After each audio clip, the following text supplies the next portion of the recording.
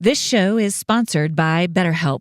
Man, this time of year can be tough for people. We look forward to the holidays, but the holidays can also be complicated. They bring up a lot of different emotions, a lot of different feelings, especially if you're going through hard things. Therapy can be a bright spot amid all of the stress. It can be something to look forward to, something you do just for you, something to help you process the different feelings you're having as you go through the holiday season.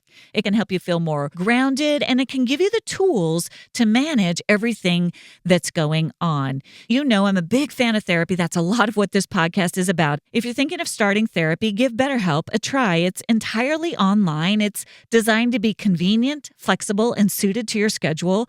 You just fill out a brief questionnaire to get matched with a licensed therapist, and you can switch therapists at any time for no additional charge. Find your bright spot this season with BetterHelp. Visit BetterHelp.com/bestofyou today to get 10% off your first month.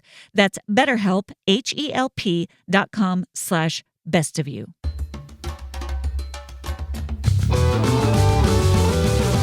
Hey everyone, I'm Dr. Allison, and I'm so glad you're here to discover what brings out the best of you.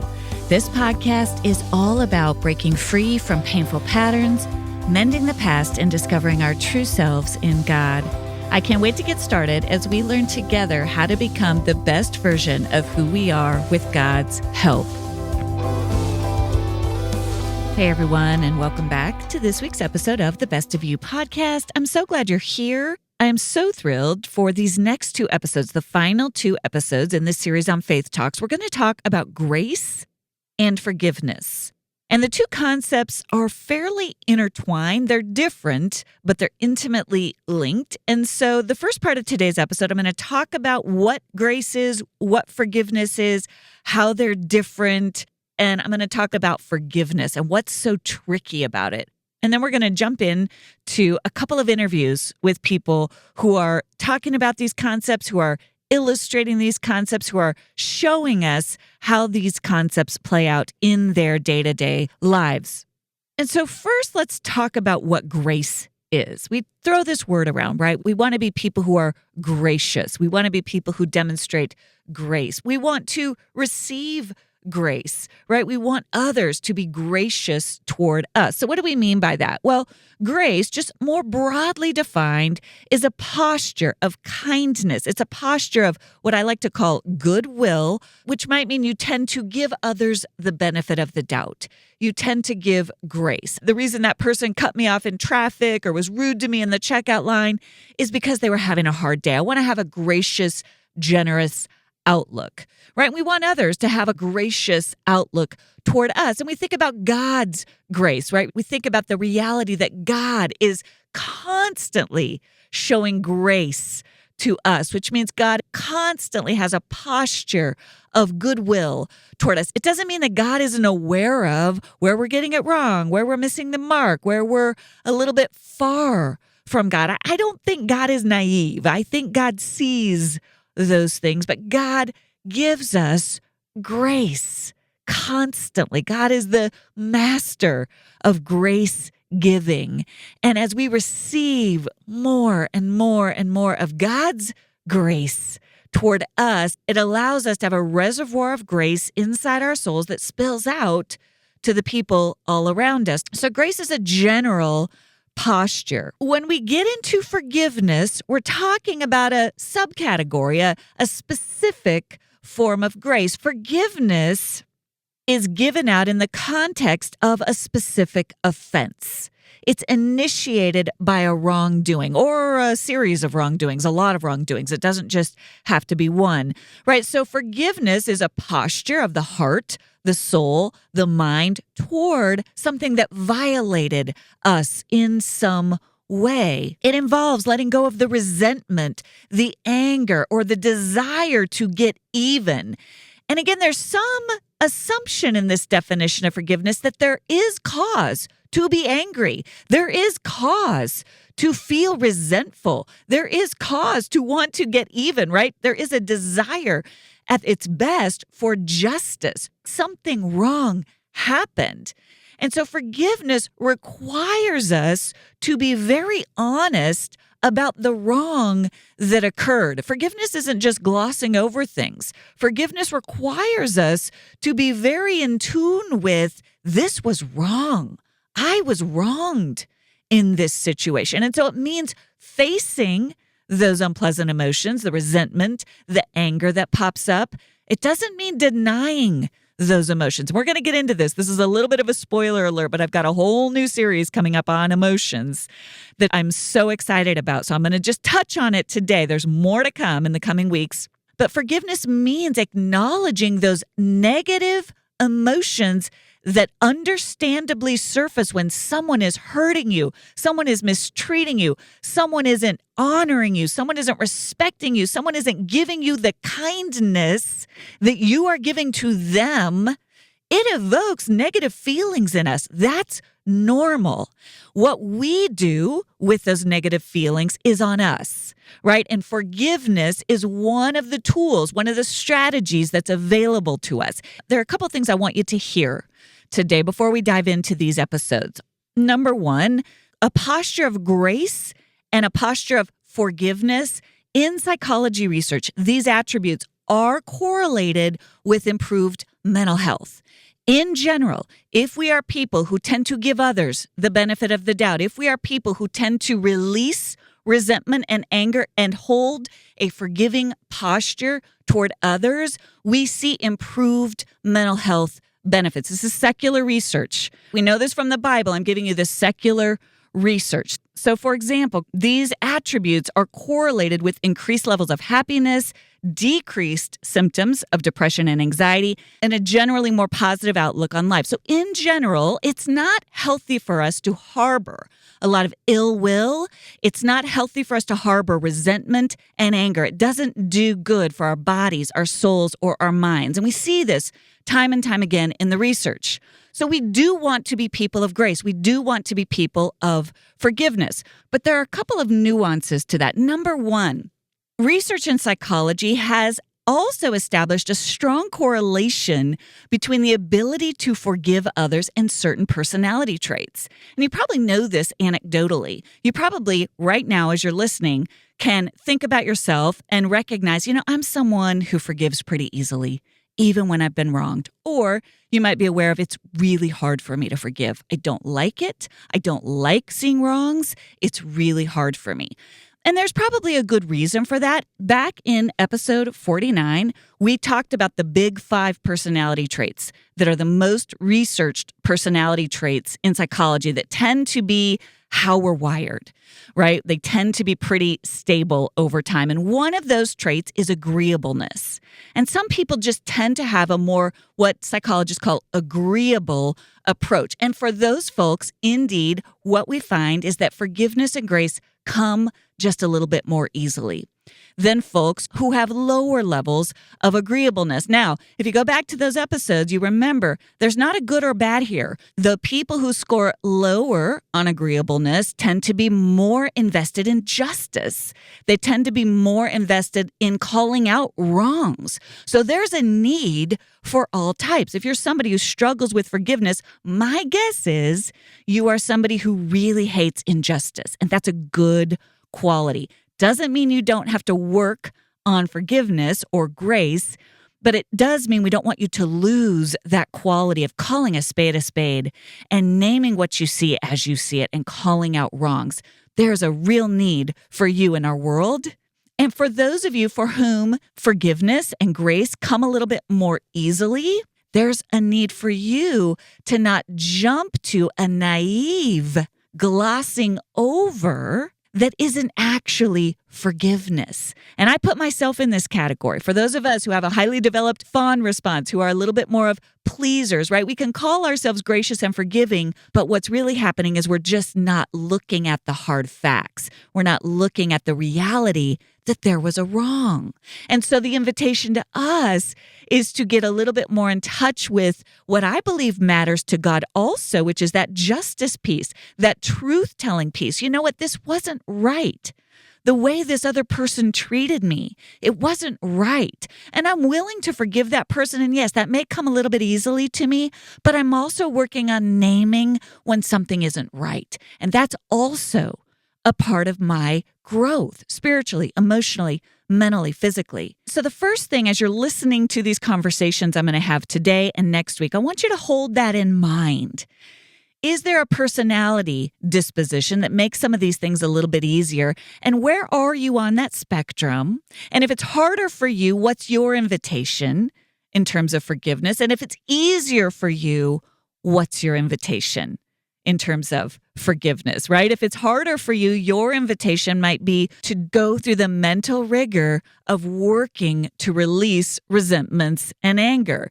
If you're someone for whom forgiveness comes pretty easily, your invitation might be to work on naming and honoring wrongs that have been committed, at least before God and with a couple of other people, being really honest about areas where you've been hurt. And there is hurt there, and you need to also face the hurt before you jump into forgiveness, because it's also not wise to let other people take advantage of us, right? We need all of these tools in our tool belt.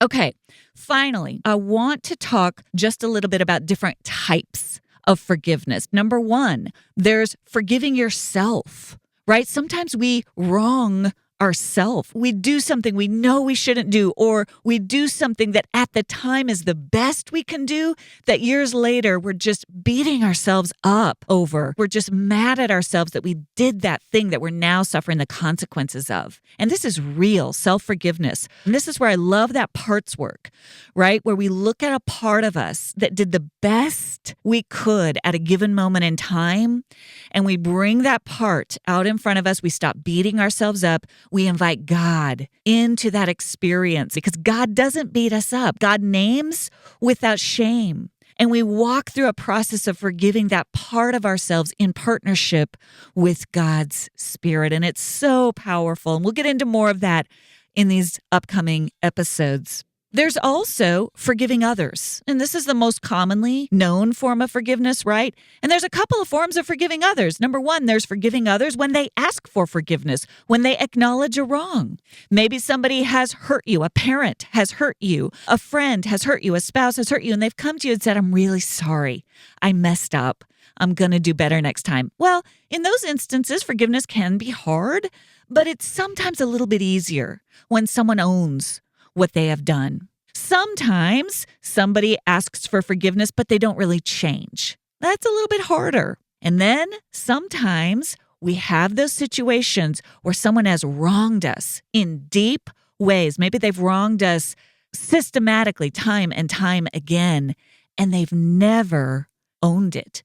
They don't even think they've done anything wrong. They might not even know the extent of the damage they've caused. And those are really hard situations to forgive, especially if you're still in a relationship with that person. And I'm going to come back to that in just one second, but I want to name the third type of forgiveness, and that's collective forgiveness, where a group of people or a community of people or a culture of people has harmed you, right? If you've been part of a church community that harmed you, the whole culture was toxic. That can be really, really hard, especially if you cannot get away from the group that has hurt you. So I want to just touch on this category of forgiveness that so many of us, all of us at some point in our lives, have experienced a hurt from someone else where that person doesn't know or doesn't care that they've hurt us. And this is really hard, especially if you're in an ongoing relationship with this person.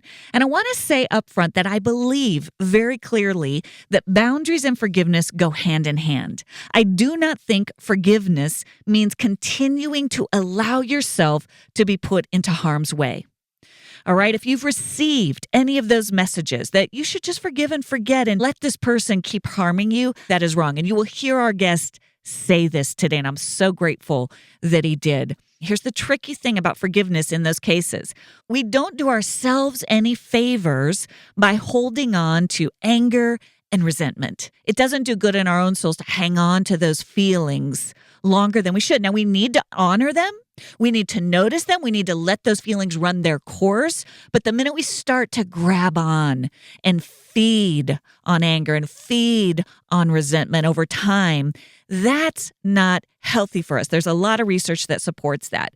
So we want to honor those feelings, but we want to release those feelings. And I believe that one of the best ways we can do that is to set healthy boundaries with those who are harming us. Once you trust yourself and God long enough that you've established that healthy distance from that person in whatever way that you can, then you can begin to do the work in your heart of releasing anger and resentment. And I just want to be clear about that. Boundaries go hand in hand with forgiveness. Getting enough healthy distance from a person who has hurt you, especially if they're unrepentant, especially if they're not saying they're sorry, especially if there's no bid for restoration and where reconciliation is not possible.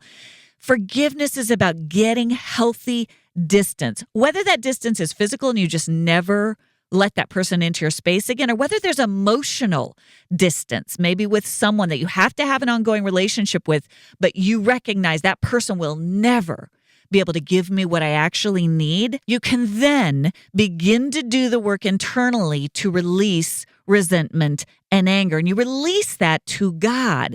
And you are able to release that to God because God is a God of justice. So you're not gaslighting yourself. You're not saying what they're doing is okay. You're saying that is a wrong. And simultaneously, I can release that to you, God, because you are the God of all justice. I can't do anything about this. All I can do is protect myself from further harm while simultaneously releasing to you the anger and resentment I feel. And you are the God of justice, and I can release that to you. And so that's powerful. That's a powerful form of forgiveness. It doesn't mean you let that person continue to hurt you. And so how do you do that, right? How do you do that? Again, if you're in that category of someone who's been hurt and maybe you've got some boundaries in place, you're learning how to get some healthy distance from this other person, from this situation, but you're just aware of that resentment and negativity inside. Well, Dr. Karen Swartz, she's a researcher out of Johns Hopkins. She says it this way. She says, forgiveness is an active process in which you make a conscious decision to let go of negative feelings, whether the person deserves it or not. And that's tricky. That's hard. I like this definition, though, because she's saying a couple things. It's an active process. It's ongoing. It's not a one-time event, especially if it's a really deep hurt, if it's an ex, if it's a parent, if it's an adult child who's really hurt you. It's a conscious, active process where you're having to do what I call mind your mind. There's some mental rigor of noticing, oh, man, there's that negativity, especially if you have to see that person. There's that negativity. And it's a process of noticing that, naming that, not shaming yourself for having that feeling. There's a justification for it. That person hurt me. And also, God, will you help me release that negative feeling? Will you help me release that resentment that I feel in my soul? Will you be the God of justice? Because I've done everything I can do to protect myself. This person isn't changing. They're never going to change. It's not good for me to harbor the resentment in this situation. I can name it. I can honor it. I can do what I can. What's my part to protect myself? And then I got to release it, God. I got to release it because it's not healthy for me to hang on to. Will you help me release it? It's a mental muscle you're developing as you learn to forgive. It is an active process, and I believe it happens in the context of healthy boundary setting. You set the healthy boundaries. You do what you can to protect yourself from ongoing harm. That's part of wisdom. You notice the negativity when it comes up. You honor it. You go to God and you release it. God, you are the God of justice. I release that negativity. I release that other person into your care. You are the God who knows all. You are the God who knows more than I do, right? And you release it, and God takes it from there. And we can trust God because God is a good God. God is a God of justice. He sees everything. He understands everything. He is big enough to take these heavy burdens that we bear. You all know how much I love my Organifi, and I think it's a toss-up about which is my favorite, but Organifi Harmony is just my go-to as the weather gets colder. Every single morning, I just look forward to my hot mug of Organifi Harmony. Organifi Harmony was created to support women specifically. It combines 12 superfood ingredients into a delicious cacao and chocolate flavor blend that promotes better balanced hormones every day for improved women's health. Organifi is a line of organic superfood blends that offers plant-based nutrition and high-quality ingredients in less than 3 grams of sugar in every product, helping you move from a depleted to nourished state. Just add water, or I like to add warm almond milk, stir with a spoon, and enjoy anytime for more energy, nutrition, hormone balance, and peace of mind. It's a great way to jumpstart your morning, energize your afternoon, or nourish your evening. And the best part is that you can experience Organifi's high-quality superfoods without breaking the bank, with a price that works out to less than $3 a day. Head over to www.organifi.com/bestofyou and use code bestofyou for 20% off your entire order. That's www.organifi.com/bestofyou. 61% of people experience gastrointestinal discomfort, and I'm definitely one of them, which is why I love Seed's DS-01 Daily Symbiotic. It's a broad-spectrum probiotic and prebiotic formulated with 24 clinically and scientifically studied strains for whole-body benefits, including gut, skin, and heart health. Seed's patented capsule-in-capsule ViaCap technology optimizes viability and delivers a precision release to the colon. No refrigeration required. It promotes healthy regularity and stool quality in addition to healthy gut immune function. I notice such a difference in my regularity when I take my DS-01 consistently versus when I skip a day. Visit seed.com/bestofyou and use code bestofyou to redeem 25% off your first month of Seed's DS-01 Daily Symbiotic. That's seed.com/bestofyou and use code bestofyou. All right, so I want to move into today's interview now. Most of you are familiar with Max Lucado. He is a pastor, a speaker, and a prolific best-selling author. He is known for his deep understanding of grace. I got a chance to meet Max recently and just noticed that he is someone who embodies grace, and it's not cheap grace. Dietrich Bonhoeffer talks about the difference between cheap grace and costly grace. Costly grace recognizes when there's wrongs, right? There's a cost to grace. And Max is somebody who understands that. And so today we talk about Max's brand new book called God Never Gives Up on You, what Jacob's story teaches us about grace, mercy, and God's relentless love. I love this conversation, and it's a beautiful book. If you're in need of some grace of your own, some encouragement, this is a great book. And you'll hear in today's episode, Max doesn't beat around the bush about toxicity. He names it, and he owns it, and he calls it out where it is in the Bible. It's all over the Bible. And yet, God is still a God of grace. And so I'm so pleased to bring you my conversation with Max Lucado. Can you tell us a little bit? I know from your history, from your story, that before you were a pastor, you worked to pay your way through college. It sounds like you initially wanted to become a lawyer before you discovered Bible courses and discovered the calling to be a pastor. This is a while back. Can you tell us a little bit about that younger version of you and what his understanding of grace was at that time in your life? You've done your homework, Allison. A little bit. That's kind of pre-Noah, pre-Ark. I'm so old, you know. I love that stuff. That's the wisdom, the hard-earned wisdom that you've earned. Yeah. I don't know if you have kids, but you would not have wanted your kids to hang out with or date the teenage or early 20-year-old version of me. So I was pretty much a scoundrel. I was a six-pack-a-night guy. I was kind of a brawler. I was all about me. And part of that was due to the fact, though, that I had reacted to an understanding of faith that we would call legalism, where your relationship with God depends upon performance. And, you know, I tried my best for a few years and just couldn't. You know, a combination of peer pressure and raging testosterone and societal issues. And I just kind of cashed in that chip and said that, well, that's never going to work for me. And it was only by the influence of a good friend, a guy who's still a friend to this day, decided to try attending church again. And I heard a pastor describe what we call grace. And Don't know how I'd missed it. I don't fault anybody in my youth. I probably just wasn't listening, but I became convinced that God could forgive a jerk like me. And it was truly life-changing. Allison, we hear people all the time say, my life was heading off the rails. My life was heading off the rails. Alcoholism is a major issue in my family of origin. My brother died as a result of alcohol. I have several aunts and uncles who spent many years in treatment centers. And so I was headed off the rails. So grace is what caught my attention. Yeah, so I love that. And I love that focus in this book. God never gives up on you. Max, and one of the things we focus on in this podcast is that healing is a process. It's not once and done.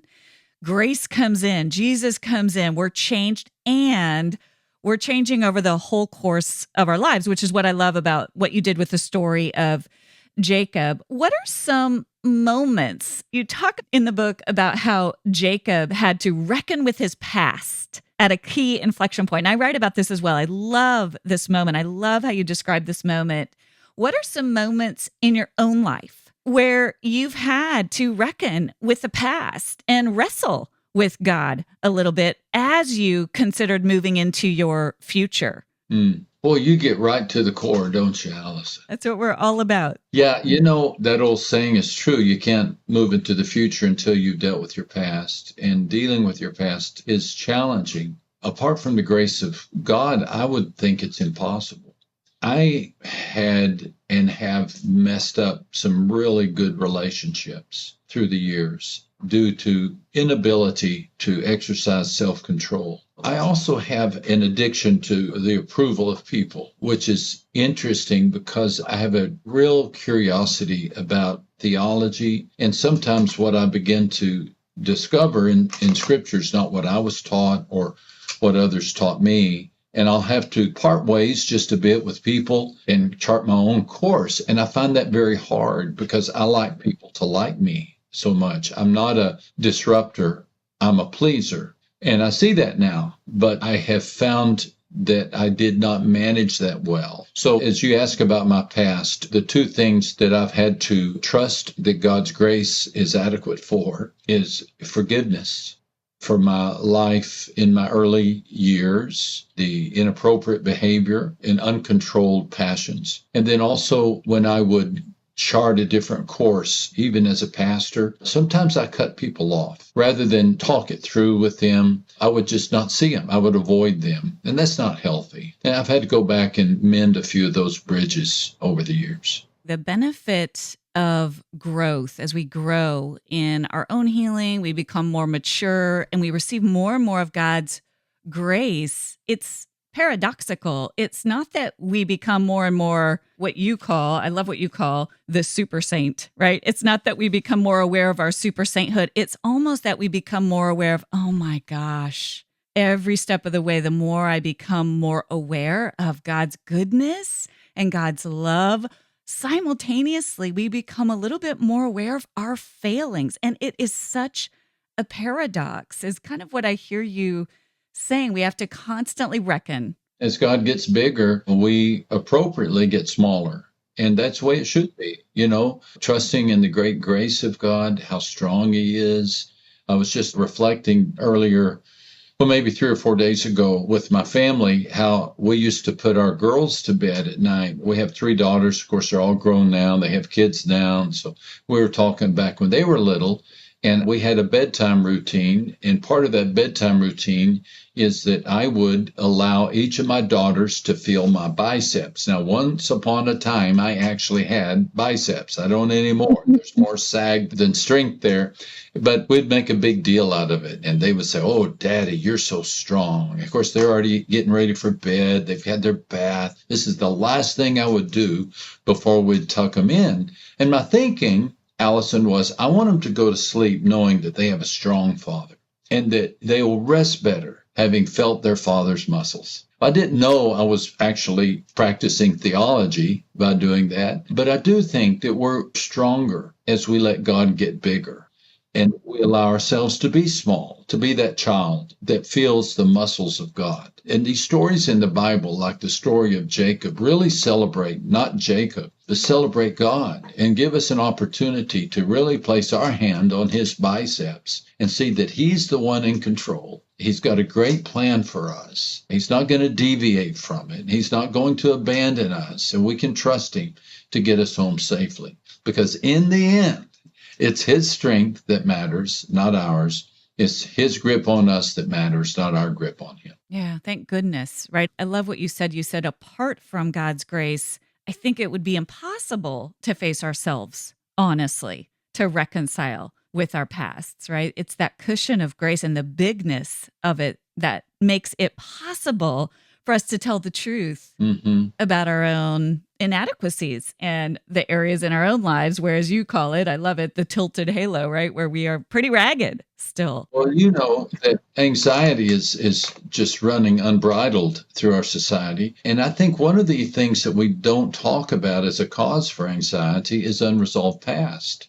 Yeah. If I've got secrets in my past, if I've got mistakes in my past that I've never dealt with in a healthy fashion, the unhealthy approach to dealing with my past creates stress. I'm either suppressing it, I'm hiding from it, I'm working my way, shopping my way, eating my way, drinking my way, pleasing our way, and it becomes a hectic race to outrun my past. Whereas Christians, we can say, you know what I did was terrible.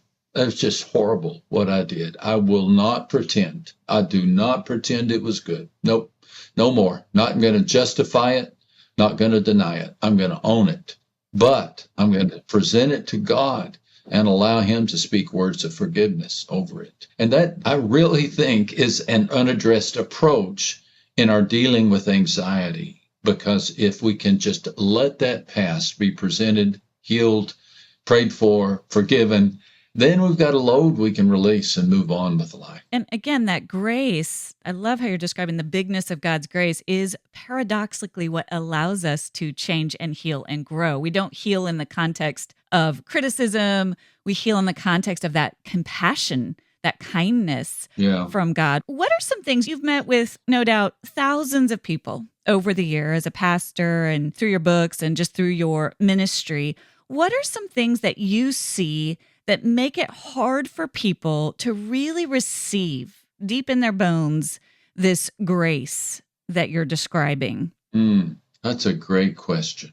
I think it's the fact that nobody else has given us the grace. If I have let people down, and I know I have, and they continually remind me of it or shame me about it, for me to hear a pastor say, yeah, but God forgives you, in the back of my mind, I say, yeah, right. Yeah, right. You mean my ex-wife won't forgive me, but the God of the universe will? That just doesn't add up. And I know I can relate to that, but I don't know plan B. You can't, just because others fall short, because forgiving others is hard, because others have a hard time forgiving you, please let God be God. He can. He's already seen your life from beginning to end, from start to finish. And he's chosen you. He's decided you're worth having in his eternal kingdom. So yeah, even if no one else can, even if you can forgive yourself, take step one. Trust that while we were yet sinners, Christ died for us. And the God who knows us, loves us, and he can forgive us. I think that's a challenge. Boy, I think you're taking a peek into my playbook here. We did an episode just recently with a young woman. She works for me who met Christ through her peers at Harvard. She was in a search for meaning, and she said exactly what you said. She said, I'd lived a whole life of nobody really showing me love, showing me grace. So when people tell me God loves you, that doesn't mean anything to me. I don't have a lived experience of that. And what she said changed that were those people on her campus showing her that love, showing her that embodied glimpse of grace, right? And so that's where we also become that embodiment of grace for those around us. Sometimes we're showing that to other people is even more powerful than those words. We have to back that up. I'm no doubt that you're showing that to so many people through your written words, right? I hope so. And the kindness, just being kind to people, being a genuine listening ear, expressing acceptance. I know of a fella where I play golf who was involved in a horrible accident, and a person died as a result of that accident. And he is so broken, just so broken. I like him. And I get that it was a dumb decision. And every time I see him, we talk, I check on him, and he tears up. He said, people don't know what to say to me. And so I think that's what you're talking about, just that kindness. When others find it difficult, if we can at least extend a hand, put an arm around the shoulder, and ask how they're doing, we likely underestimate how powerful that is in people's worlds. More is caught than taught. Yeah. You're showing him the love of God in that moment. I love that. All right, you guys know everything I do, whether it's mentally, emotionally, spiritually, or physically, I'm trying to be just a little bit healthier. And that's why I'm so thrilled that this podcast is sponsored by Relief Band. When it comes to nausea, I finally have a product I can recommend. Relief Band is the #1 anti-nausea wristband that quickly relieves and effectively prevents nausea and vomiting associated with motion sickness, anxiety, migraines, morning sickness, chemotherapy, and so much more. Relief Band is natural, fast-acting, and will last as long as you need it. It's 100% drug-free, non-drowsy, and has 0 side effects. The Relief Band itself just looks like a cool watch that you can wear anytime, removing the fear of those moments of nausea. Right now, Relief Band is running their biggest sale of the year for Black Friday. So head over to reliefband.com to receive 20% off your purchase plus free shipping. That's reliefband.com for 20% off plus free shipping.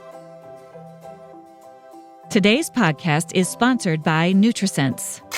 That was the sound of the NutriSense biosensor that I've been wearing these past few weeks. NutriSense tracks everything I eat and tells me exactly how my unique body is processing the food that I put in my mouth. It's helped me break free from all the fads and trends and actually understand what my body is doing with the foods that I eat. In fact, my nutritionist, Erica, helped me see that some of the snacks I was reaching for during the late afternoon when I was tired and trying to get energy were in fact working counterproductively. She helped suggest some new ones based on my goals. As a result, I'm noticing more stable energy throughout the day. To start decoding your body's messages and pave the way for a healthier life, visit nutrisense.com/bestofyou and get $30 off your first month and 1 month of board-certified nutritionist support. When they ask how you learned about NutriSense, make sure to tell them it was the Best of You podcast. That's nutrisense.com/bestofyou for $30 off your first month and 1 month of board-certified nutritionist support. One of the things, Max, I really appreciated, and we talk a lot about on this podcast, because in my world of trauma and therapy, the reality is we are bumping up against toxicity. It's real. Sometimes folks find themselves in toxic relationships, in toxic systems. We have to be wise. We have to be shrewd. We can't be naive. And you talk about unflinchingly the toxic cultures present both in Jacob's time and in our time today. And I appreciate that you name that you don't try to skirt around that. I think people need to be equipped. We need to not be naive. I think sometimes as Christians, we hear the message, we just need to love people. Well, That doesn't always work. Tell me a little bit about why you included that, how you've navigated that as a pastor and in your own life. Well, the reason that conversation got included in this book about Jacob is one of the saddest stories in the story of Jacob involved toward the end of his life. He's returning to Bethel with his family, had a large family, 2 wives, 2 handmaidens, 12 kids, who knows how many servants, and they camped near a place called Shechem. Now, Shechem has been unearthed by archaeologists. It was a city. Of course, they were Bedouins, and so they were probably attracted to this stone-walled city with streets and shops and maybe an opportunity to drink something other than desert water. You have a good meal, and they started living. They put their roots down near Shechem. They weren't supposed to. They were supposed to keep going to Bethel. But while there, Jacob had one daughter, Dinah. And while there, she was violated by one of the men. That man happened to be named Shechem. He was the son of the ruler. And then he not only violated her, but he wanted to bring her into the city of Shechem to be his either lover or wife or something. He wanted her. It was just pathetic. Pathetic. It's a horrible story of misogyny and brutality, nothing good. And it gets worse. Jacob was passive. He didn't respond. He didn't defend his daughter. And when the blood brothers of Dinah learned about what happened, they went Rambo on the village. And they convinced the men, if I can just get brutal, the story's brutal, they convinced all the men in the village to be circumcised. And then while the men were healing, they murdered all the men. People who've not read the Bible say, that's in the Bible? Yeah, that's in the Bible. That's Jacob? Yeah, that's Jacob. It was horrible. What had happened is a toxic culture existed. A toxicity is where the strong manipulate, control, brutalize the weak, where those in power take advantage of those who have less power. Toxic culture has a strict pecking order, and those in control hurt those who have less control. It's not a culture in which kindness is valued, but strength is valued. In power, it's valued. Not a culture in which forgiveness is a virtue. Vengeance is a virtue. And so we can find ourselves in these cultures. Jacob should have gotten his family out of there sooner. He eventually did, but not before the damage was done. Sometimes we find ourselves in a situation like that. It could be in a work situation, school situation, sadly, a church situation. It could even be in a family.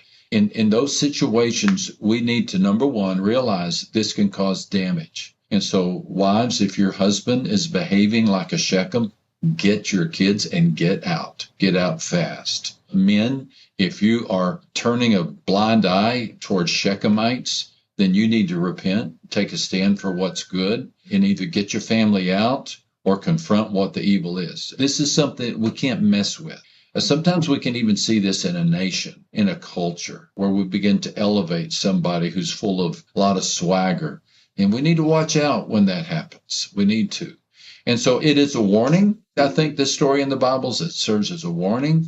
And a toxic culture can really hurt people, hurt a generation. I appreciate your naming that so much as a pastor, as someone people look up to. I think that's so important, especially for women to hear, but for all of us to hear, to not be naive about the reality of toxicity around us. Max, as we're closing today, I want to ask you a question I like to ask all of my guests, which is, if you think back to that younger young man, way back in the day, maybe before he had really encountered God's grace, what would you want him to know that you know now? If you could have a minute with him, just a moment to meet with him, what would you want him to know? Well, the honest conversation would have to do with treating women with respect, would have to do with acknowledging the danger of alcohol, and would have to do with choosing the right friends. I think he knew those things, but he wasn't listening. He needed somebody to sit down eyeball to eyeball with him and say them. I'm making it sound like that period lasted a long time. Really, it was just a 2 or 3 year period, 17, 18, 19, 20 years of age. But I'm so grateful. I'm so grateful, Allison, that I didn't cause any damage during that time. Yeah. And what I did was I was bad enough to learn to acknowledge how bad I could be. My life was heading off the tracks. And so I am forever grateful to the pastors, to the friends who taught me that God loves me and God has a second chance, who introduced me to the Holy Spirit, who urged me to read the Bible. And so I'm forever grateful, forever grateful. But I would like to have a face-to-face with that kid. I love that. And I love it that there's a loving firmness in the face-to-face, right? And the humility that, and again, this is how God redeems all of our stories, right? The humility.